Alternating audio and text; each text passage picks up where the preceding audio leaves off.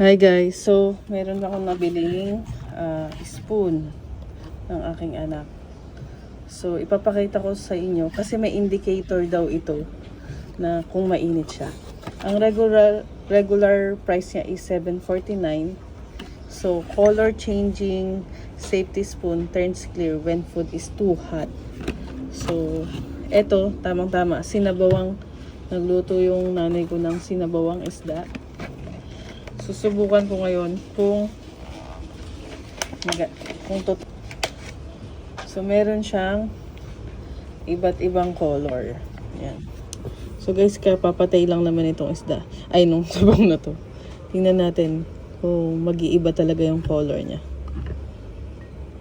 Ang bilis oh. Ang bilis mag-react. So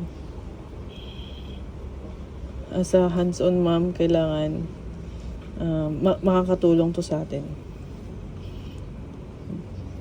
nang iwas hawak dun sa kinakain ng anak natin. Okay? So, totoo nga siya. Tapos, ito naman, papakita ko yung kanin namin. Mainit-init pa siya. Pero, siguro mga 30 minutes na siyang.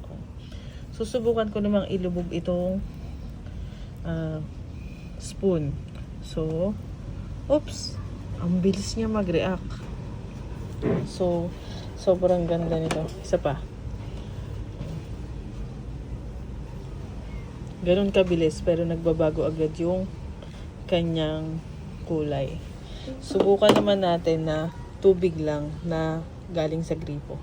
Guys, galing yan sa gripo. So, subukan ko naman to ilubog. Ayan o. Walang changes.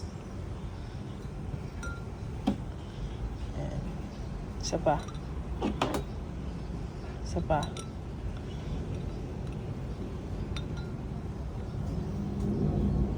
Wala, di ba? Walang changes. Isa pa, pakita ko sa inyo sa may sabaw na mainit. O, ayan yung kulay niya guys ha. Ayan.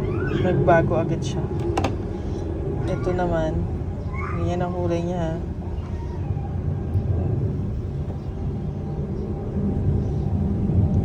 Bago agad siya.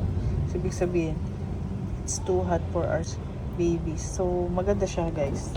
Bili na kayo.